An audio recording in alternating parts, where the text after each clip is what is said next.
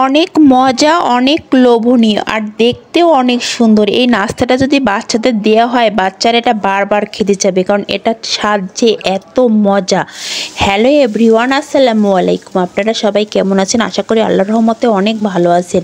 আমি এই নাস্তাটা বানানোর জন্য তেলে প্রথমে দিয়েছি পেঁয়াজ কুচি, তারপর আদা রসুন বাটা, তারপরে ধনে জিরে গোলমরিচ আর শুকনো মরিচ বাটা দিয়েছি, দিয়ে এটা ভালো করে মেখে নিচ্ছি। তারপরে কয়েক টুকরো মাংস ছিল, সেই মাংসটুকু ছোট ছোট টুকরো করে তারপরে দিয়েছি একটা আলু দিয়ে এটা ভালো করে নাড়াচাড়া করে নিয়ে একটু সয়া সস আর একটু টমেটো সস দিয়েছি আর একটু গোলমরিচ গুঁড়ো দিয়ে এটা ভালো করে নাড়াচাড়া করতে হবে। এটা সিদ্ধ না হওয়া পর্যন্ত নাড়াচাড়া করতে হবে। তারপর আমি 2 চামচ ময়দা ভেজে রেখেছিলাম, সেই ভাজা ময়দাটুকু এর ভিতরে দিয়ে দিয়েছি, দিয়ে আর একটু ভালো করে নাড়াচাড়া করছি। নাড়াচাড়া করার পরে এখানে দিতে হবে একটু লিকুইড দুধ। এই লিকুইড দুধটা দেওয়ার কারণে এই নাস্তাটার স্বাদ বহু গুণে বেড়ে যায়। এটা খেতে একদম ক্রিমি ক্রিমি আসে আর খাইতে অনেক বেশি মজা লাগে। এত যে মজা, বাচ্চারা এটা বারবার খেতে চাইবে এই নাস্তাটা। তারপরে আমি ময়দাগুলো মাখানোর জন্য 4 কাপ ময়দা নিয়েছি, তার ভিতরে আমি দিয়েছি 2 চামচ ইস্ট আর দিয়েছি 4 চামচ চিনি, লবণ দিয়ে এটা ভালো করে মেখে নিচ্ছি।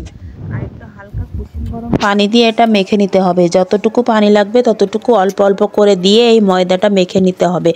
এটা বান বানাবো, তো বান বানানোর জন্য এই ময়দাটা বেশি করে মাখতে হয়। এটা যত বেশি মাখা হবে তত বেশি ময়দাটা সফট হবে। তারপর আমি পরে আবার একটু তেল দিয়ে ভালো করে মেখে নিয়েছি। তারপরে মাখা হয়ে গেলে আমি এটা রেস্টে একটু তেল মাখায় রেখে দিয়েছিলাম। এই যে এত বেশি ফুলে উঠেছে যে বাটি থেকে বের হয়ে আসছে। এটা আমি অনেক হাত দিয়ে মেখে নিয়েছি। এটা যত বেশি মাখা হবে তত বেশি ভালো হবে। আমি যে ট্রেতে এটা বেক করব সেই ট্রের পরেই আমি একটা ডিজাইন বানিয়ে নিয়েছি, একটা মাছের ডিজাইন। আমি মাঝখানে যত বেশি পরিমাণে পুর লাগবে তত দেবো। এটা বাসায় বানানো, তো এর জন্য একটু বেশি করেই পুর দিলে বেশি ভালো লাগে। তার জন্য আমি একটু বেশি করে পুর দিয়ে এটা বানিয়ে নিয়েছি। এটা নিজের মতো করে আমি বানিয়েছি আর কি, যেরকম আমার পছন্দ মতো শেপ দিয়ে আমি এটা বানিয়েছি। একদম ঘরে থাকাও সামান্য উপকরণে এটা বানানো যায়। এত মজাদার একটা নাস্তা, আমার বাচ্চারা তো অনেক বেশি খুশি হয়েছে।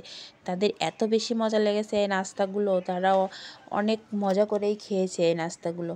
তারপরে আমি এই যে মাছের এটা মাখিয়ে দিয়ে তারপরে আমি একটু চিনি গোলানো পানি এর উপরে দিয়ে তারপরে আমি একটু কালো তিল ছিটিয়ে দিয়েছি, যাতে কালো তিলটা দিয়েছি যাতে একটু দেখতে সুন্দর লাগে, তার জন্য আমি কালো তিলটা ছড়িয়ে দিয়েছি।